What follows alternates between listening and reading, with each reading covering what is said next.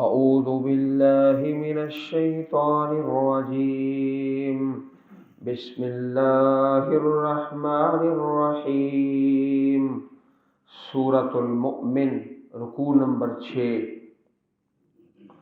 إنا لننصر رسلنا والذين آمنوا في الحياة الدنيا ويوم يقوم الأشهاد يوم لا ينفع الظالمين معذرتهم ولهم اللعنة ولهم سوء الدار۔ وَلَقَدْ آتَيْنَا مُوسَى الْهُدَى وَأَوْرَثْنَا بَنِي إِسْرَائِيلَ الْكِتَابَ هُدًى وَذِكْرَى لِأُولِي الْأَلْبَابِ۔ فاصبر إن وعد الله حق واستغفر لذنبك وسبح بحمد ربك بالعشي والإبكار۔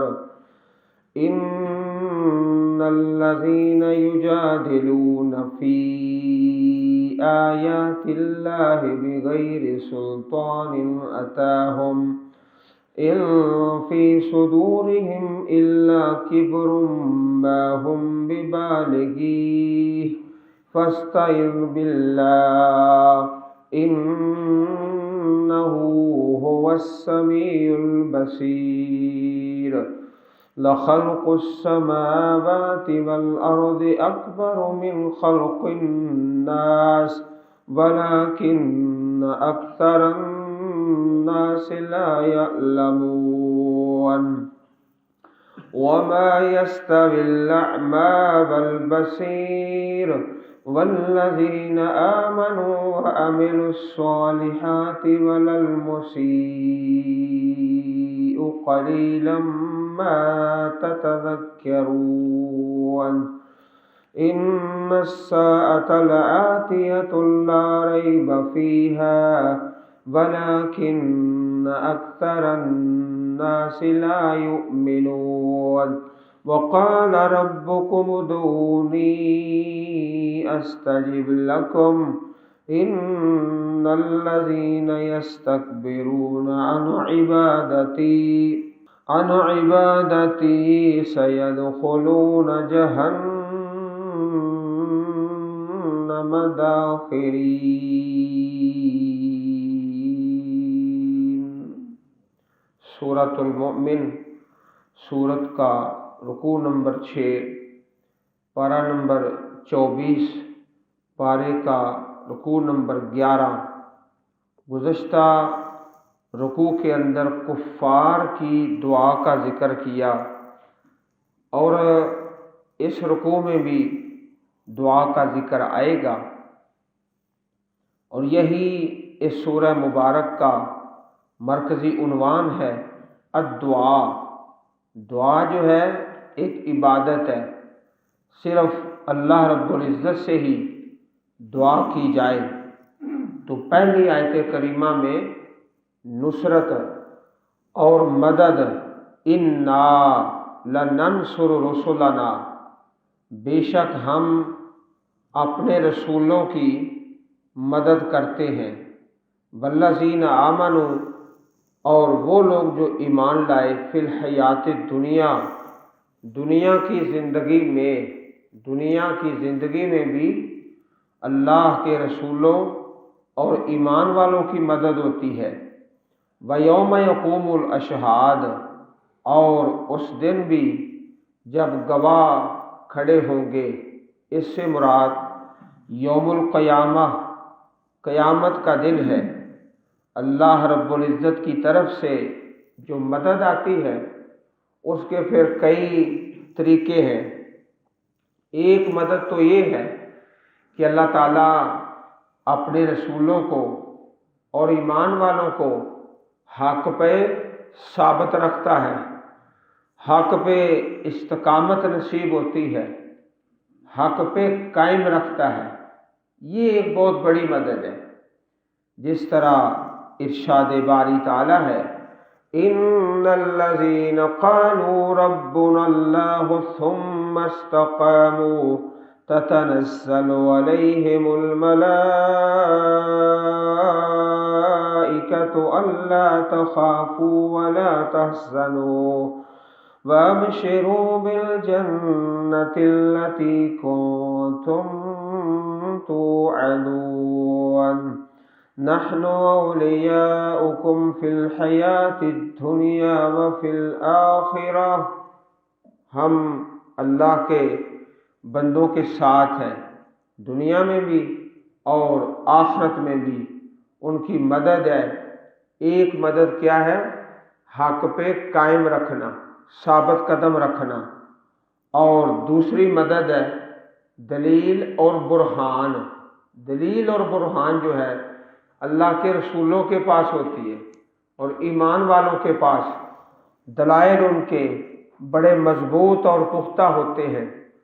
چنانچہ کئی مرتبہ یہ واقعہ قرآن پاک میں بیان ہوا ہے کہ فرعون ہے اور اس کے جادوگر ہیں، اور دوسری طرف حضرت موسیٰ علیہ السلام ہے، لیکن آپ کی دلیل ہی غالب آتی ہے۔ اژدہا، دلائل، براہین، یہ دوسرا طریقہ ہے غلبے کا، کہ دلیل اور برہان کے ساتھ۔ دلیل جو ہے وہ ہمیشہ ایمان والوں کے پاس ہوتی ہے۔ تیسرا طریقہ مدد کا کہ اللہ کے نبی اور ایمان والے ان کو ذہنی طور پر برتری حاصل ہوتی ہے، ذہنی اور قلبی۔ کفار کے پاس بڑی دنیا ہے، بڑا کر و فر ہے، آنا جانا ہے، لیکن ایمان والوں کے پاس ذہنی اور قلبی سکون ہوتا ہے۔ یہ بھی ایک مدد ہے۔ ایک مدد ہے حق پہ قائم رکھنا، دوسری مدد ہے دلیل اور برہان کے ساتھ، اور تیسری مدد ذہنی اور قلبی سکون ہے۔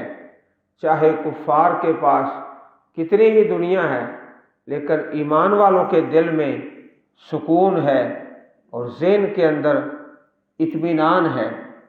چوتھا طریقہ اللہ تعالیٰ کی نصرت کا کہ جو ظالم ظلم کرتا ہے، زیادتی کرتا ہے، اللہ تعالیٰ دنیا میں بھی ظالم کی پکڑ کر لیتا ہے۔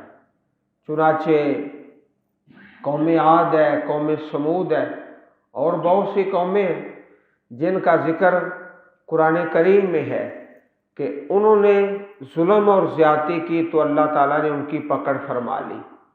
اس میں بھی مدد ہے اللہ کے رسولوں کے لیے اور ایمان والوں کے لیے۔ ایک مدد یہ ہے کہ اللہ تعالیٰ دنیا میں مادی لحاظ سے اور حکومت بھی عطا فرما دیتا ہے۔ حضرت سلیمان علیہ السلام، حضرت داؤد علیہ السلام، تو اللہ کی جو نصرت ہے اس کے کئی طریقے ہیں جو اس آیت کریمہ میں بڑی جامعیت کے ساتھ بیان ہوئے ہیں، اور جس دن کھڑے ہوں گے گواہ قیامت کا دن، یوم لا ينفع الظالمین معذرتهم، جس دن ظالموں کو ان کا عذر کرنا، معذرت کرنا کوئی فائدہ نہیں دے گا۔ کیا عذر پیش کر سکیں گے؟ کوئی عذر بنتا ہی نہیں۔ وَلَهُمُ اللَّعْنَةُ، اور ان کے لیے لعنت ہے۔ لعنت سے مراد اللہ تعالیٰ کی رحمت سے دوری، اللہ کی رحمت سے دوری۔ وَلَهُمْ سُوءُ الدَّارِ، اور انہیں کے لیے بدترین گھر ہے جو جہنم کا گھر ہے، برا گھر۔ وَلَقَدْ آتَيْنَا مُوسَى الْهُدَىٰ، اور بلا شبہ ہم نے دی موسیٰ علیہ السلام کو ہدایت۔ وَأَوْرَثْنَا بَنِي إِسْرَائِيلَ الْكِتَابَ، اور ہم نے بنی اسرائیل کو کتاب کا وارث بنایا۔ یہ اصل وراثت ہے، اللہ تعالیٰ کے نبیوں کی وراثت اللہ کی کتاب اور اس کا علم۔ علم نبوت جو درم دینار ہے، اللہ تعالیٰ کے نبیوں کی وہ وراثت نہیں ہوتی، چنانچہ پیارے رسول علیہ الصلاۃ والسلام کا پیارا فرمان ہے، ان العلماء ورثۃ الانبیاء، علماء اللہ کے نبیوں کے وارث ہیں۔ کیسی عظیم وراثت ہے! اور وارث کون بنتا ہے؟ جو قریبی ہوتا ہے، دور والا نہیں وارث بنتا۔ تو علماء اللہ تعالیٰ کے نبیوں کے قریبی ہیں، ان کو قرب حاصل ہے قرآن و سنت کے علم کی وجہ سے۔ علماء جو ہیں ورثۃ الانبیاء، وَإِنَّ الْأَنبِيَاءَ لَمْ يُوَرِّثُوا دِینَارًا وَلَا دِرْہَمًا، اللہ تعالیٰ کے نبیوں نے درم اور دینار وراثت میں نہیں چھوڑے، وَرَّثُوا الْعِلْمَ، انہوں نے علم کو وراثت میں چھوڑا ہے۔ فَمَنْ أَخَذَهُ أَخَذَ بِحَظٍّ وَافِرٍ، جس نے اس علم کو حاصل کر لیا اس نے بہت زیادہ حصہ حاصل کر لیا۔ سنن نبی داؤد کتاب العلم حدیث نمبر 3641۔ آپ بھائیوں کو مبارک ہو، آپ اللہ تعالیٰ کے نبی علیہ السلام کے وارث بننے کے لیے یہاں حاضر ہوتے ہو۔ اس مجلس میں جو قرآن کی مجلس ہے اور سنت کی مجلس ہے، اللہ تعالیٰ کے پاک پیغمبر کا ترکہ ہے جو تقسیم ہوتا ہے اور تقسیم کیا جاتا ہے اور اس سے اپنا اپنا حصہ وصول کیا جاتا ہے۔ اورثنا بنی اسرائیل الکتاب ھدی وذکری لأولی الالباب، جو عقلوں والوں کے لیے ہدایت ہے اور نصیحت ہے۔ اس میں ہدایت بھی ہے اور نصیحت بھی ہے عقل والوں کے لیے۔ فاصبر، آپ صبر کریں۔ اللہ کے پیارے رسول علیہ الصلاۃ والسلام کو یہ حکم کہ آپ صبر کریں، نصرت اور مدد اور غلبہ اور آخری فتح آپ کی ہوگی۔ چنانچہ آپ پڑھتے ہیں، سنتے بھی ہیں کہ اللہ تعالیٰ نے کیسے مدد فرمائی غزوہ بدر کے اندر، اور کفار کتنے قتل ہوئے اور مسلمان کتنے شہید ہوئے، ان کی تعداد کی گنتی کر کے دیکھ لیں تو نصرت نظر آئے گی۔ پیارے رسول علیہ الصلاۃ والسلام کس طرح 70 کافر مارے گئے اور 70 ہی گرفتار ہو گئے۔ بڑے بڑے ان کے لیڈر اور رہنما اور جو صحابہ کرام شہید ہوئے ان کی تعداد 14 کے قریب ہے۔ یہ اللہ تعالیٰ کی طرف سے نصرت ہے اور مدد ہے۔ پھر اس سے آگے غزوہ احد میں اور چلتے چلتے اللہ پاک نے آپ کو مکہ مکرمہ کے اندر فاتحانہ داخل فرمایا، جہاں سے آپ کو مظلومانہ طریقے سے نکال دیا گیا تھا۔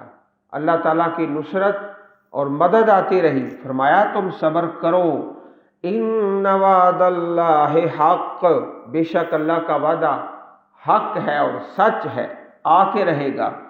واستغفر لذنبک، اور اپنے گناہ کے لیے بخشش مانگ، گناہ قصور، اپنے قصور پر استغفار کرو۔ یہ حکم ہے پیارے رسول علیہ الصلاۃ والسلام کو۔ چنانچہ حدیث مبارک میں ہے، واللہ، اللہ کی قسم، انی لاستغفر اللہ، بلا شبہ میں اللہ تعالیٰ سے معافی مانگتا ہوں، واتوب الیہ، اور توبہ کرتا ہوں اس کی طرف، فی الیوم اکثر من 70 مرہ، ایک دن میں 70 مرتبہ سے زیادہ۔ صحیح البخاری حدیث نمبر 6307۔ وَسَبِّحْ بِحَمْدِ رَبِّكَ بِالْعَشِيِّ وَالْإِبْكَارِ، اور آپ تسبیح پڑھیں اپنے رب کی حمد کے ساتھ، بالعشی، شام کو، والابکار، اور صبح، بالعشی پچھلے پیر، ابکار پہلے پیر۔ آپ اللہ پاک سے استغفار کریں اور تسبیح پڑھیں۔ چنانچہ حدیث مبارک میں ہے کان النبی صلی اللہ علیہ وسلم یکثر ان یقول فی رکوعہ و سجودہ سبحانک اللہم ربنا و بحمدک اللہم اغفر لی یتأول القرآن۔ اس آیت کریمہ میں 3 حکم ہیں، ایک استغفار کا اور دوسرا تسبیح کا اور تیسرا حمد کا۔ چنانچہ آپ سجدے اور رکوع میں اکثر یہ دعا پڑھتے جس کے اندر یہ تینوں چیزیں آ جائیں، استغفار بھی اور تسبیح بھی اور حمد بھی۔ سبحانک اللہم ربنا و بحمدک اللہم اغفر لی، اکثر آپ سجدے میں یہی دعا پڑھتے اور رکوع کے اندر بھی یہی دعا کثرت کے ساتھ کہ 3 چیزیں جمع ہو جائیں، استغفار بھی آ جائے اور تسبیح بھی اور حمد بھی۔ یتأول القرآن، آپ قرآن کریم کے حکم پر عمل کرتے۔ حکم کیا ہے کہ دعا میں 3 چیزوں کو شامل کر لو، تو آپ تینوں کو شامل کر کے تسبیح پڑھتے سجدے کی اور رکوع کی۔ یتأول القرآن، قرآن مجید کے حکم پر عمل کرتے۔ صحیح البخاری کتاب الاذان حدیث نمبر 817۔ اسی طرح آپ کا پیارا فرمان ہے انہ لیغان علی قلبی، میرے دل پر ہلکا سا پردہ آ جاتا ہے۔ اللہ تعالیٰ کے نبی اور رسول ہمیشہ ان کی توجہ اللہ پاک کی طرف ہوتی ہے مکمل 100%، اور کبھی اگر اس استقبال میں اور توجہ میں کچھ کمی آ جائے تو سمجھو کہ اللہ تعالیٰ کے نبی پھر استغفار شروع کر دیتے ہیں۔ استغفار فرمایا میرے دل پر ہلکا سا جب پردہ آتا ہے وَإِنِّي لَأَسْتَغْفِرُ اللَّهَ فِي الْيَوْمِ 100 مرہ، میں ایک دن میں 100 مرتبہ اللہ تعالیٰ سے استغفار کرتا ہوں، معافی مانگتا ہوں روزانہ۔ صحیح مسلم کتاب الذکر والدعا حدیث نمبر 2702۔ ان الذین یجادلون فی آیات اللہ بغیر سلطان اتاہم، بلا شبہ وہ لوگ جو جھگڑتے ہیں اللہ کی آیات میں بغیر کسی دلیل کے جو ان کے پاس آئی ہو، دلیل کوئی نہیں، بغیر دلیل کے ہی جھگڑا کرتے ہیں۔ ان فی صدورہم الا کبر، نہیں ان کے دلوں میں مگر تکبر، تکبر ان کے دلوں میں ہے۔ ما ہم ببالغی، جس تک وہ ہرگز پہنچنے والے نہیں ہیں۔ ایک ہوتا ہے استکبار، استکبارہ، استکبارہ کا معنی کہ اس نے بڑا بننے کی کوشش کی۔ استکبار تو انسان کر سکتا ہے لیکن بڑا بن نہیں سکتا، بڑا اللہ پاک کی ذات مبارکہ ہے۔ ما ہم ببالغی، نہیں وہ اس کبر تک پہنچنے والے۔ فاستعذ باللہ، آپ پناہ مانگیں اللہ کے ساتھ۔ انہ هو السمیع البصیر، بلا شبہ وہ خوب سننے والا، خوب دیکھنے والا، سب کچھ دیکھنے والا ہے۔ لخلق السماوات والارض اکبر من خلق الناس ولكن اکثر الناس لا يعلمون، یقیناً آسمانوں اور زمین کا پیدا کرنا لوگوں کے پیدا کرنے سے زیادہ بڑا کام ہے۔ انسانوں کو پیدا کرنے سے بڑا کام ہے۔ جو آخرت کا انکار کر رہے تھے ان کو سمجھایا ہے کہ انسان تو چھوٹا سا ہے، آسمان اور زمین اتنے بڑے، اللہ پاک تو ان کو پیدا کرنے پہ قادر ہے۔ وَلَكِنَّ أَكْثَرَ النَّاسِ لَا يَعْلَمُونَ، اور لیکن اکثر لوگ نہیں جانتے۔ وَمَا يَسْتَوِي الْأَعْمَى وَالْبَصِيرُ، اور اندھا اور دیکھنے والا برابر نہیں ہے، اندھا اور دیکھنے والا برابر نہیں ہے۔ یہ تو الفاظ ہیں قرآن مجید کے ظاہری، اصل حقیقت آگے سمجھو کہ مومن اور کافر برابر نہیں، شرک والا توحید والا برابر نہیں، نماز والا اور بے نماز برابر نہیں۔ آگے خود بخود سمجھتے جاؤ۔ والذین آمنوا وعملوا الصالحات، اور وہ لوگ جو ایمان لائے اور جنہوں نے عمل کیے صالح نیک، ولا المسیء، اور نہ برائی کرنے والا۔ ایمان والا اور برائی والا برابر تو نہیں ہو سکتے۔ قلیلا ما تتذکرون، بہت کم ہے جو تم نصیحت حاصل کرتے ہو، جو تم نصیحت حاصل کرتے ہو۔ اور اس سے ایک اور بات سمجھائی ہے، قیامت کا دن آ جائے تو اس میں خیر ہے۔ یہ عدل و انصاف کا تقاضا ہے۔ اگر قیامت نہ ہو تو جو قاتل ہے، رازن ہے، اس کی تو موج ہی موج ہے، ساری عمر ظلم زیادتیاں کرتا رہے اور قیامت آئی کوئی نہیں، تو پھر تو جو برے لوگ ہیں ان کے لیے فائدہ ہو گیا نا، کہ وہ برائیاں کرتے رہیں اور من مانیاں کرتے رہیں اور کوئی ان سے سوال بھی نہ کیا جائے۔ پھر تو ایسے معلوم ہوتا ہے جیسے ایمان والوں سے بدکاروں کی زندگی بہتر ہے، کہ من مانیاں بھی کرتے رہیں اور ان سے کوئی سوال بھی نہ کیا جائے۔ یہ ہے اصل مقصد۔ ان الساعۃ لآتیۃ لا ریب فیہا، بے شک قیامت ضرور آنے والی ہے، اس میں کوئی شک نہیں۔ یہ جو کہا ہے اندھا اور دیکھنے والا برابر نہیں، یہ بھی اصل میں قیامت کے بارے سمجھایا ہے کہ بدکار اور مومن وہ برابر کیسے ہو سکتے ہیں۔ وَلَكِنَّ أَكْثَرَ النَّاسِ لَا يُؤْمِنُونَ، اور لیکن اکثر لوگ نہیں مانتے، ایمان نہیں لاتے، قیامت کو تسلیم نہیں کرتے۔ جو آخرت کو نہیں مانتا وہ تو اپنے الفاظ سے کہہ رہا ہے کہ بدکار بہتر ہے، برا بہتر ہے، کہ منمانیاں بھی کرتا رہے اور اس سے کوئی سوال بھی نہ کیا جائے۔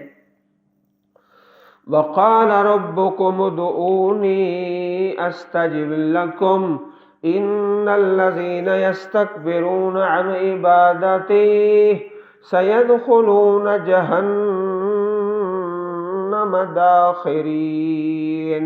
یہ آیت کریمہ اس سورہ مبارک کے عنوان کے مطابق ہے۔ اس سورہ مبارک کا عنوان التوحید فی الدعاء، دعا میں توحید ہے، ایک اللہ سے مانگنا ہے۔ وقال ربکم، اور کہتا ہے تمہارا رب، ادعونی، تو مجھ سے دعا مانگو، کرو دعا مجھ سے، استجب لکم، میں تمہاری دعا قبول کروں گا، قبول کروں گا۔ اور نماز میں ہر نمازی کہتا ہے سمع اللہ لمن حمیدہ، اللہ نے سن لیا اس کی دعا کو جس نے اللہ تعالیٰ کی حمد کی، اللہ تعالیٰ نے سنا ہر ایک کی دعا کو۔ اور جب وقت ہوتا ہے تہجد کا، سحری کا، اللہ پاک کی طرف سے ندا اور پکار، حل من مستغفر، ہے کوئی بخشش مانگنے والا، گناہوں کے گٹھے اور گناہوں کے بوجھ سر پہ اٹھائے ہوئے، آؤ فاغفر لہ، میں اسے معاف کر دوں۔ حل من مسترزق، رزق مانگنے والا ہے کوئی، فارزق، میں اسے رزق دیتا ہوں۔ اور کوئی بخشش مانگنے والا، کوئی شفا مانگنے والا، کوئی رزق مانگنے والا، ندا اور پکار اور آواز رب کائنات کی طرف سے، آ جاؤ آ جاؤ میرے بندو۔ اور یہ جو کہا جاتا ہے ہماری سنتا نہیں، یہ تو کلمہ کفریہ ہے، کلمہ کفریہ ہے۔ اللہ پاک تو سنتے ہیں اور اعلان کرتے ہیں، اور اس سے آگے بڑا عادلانہ اپنا فیصلہ سنا دیا۔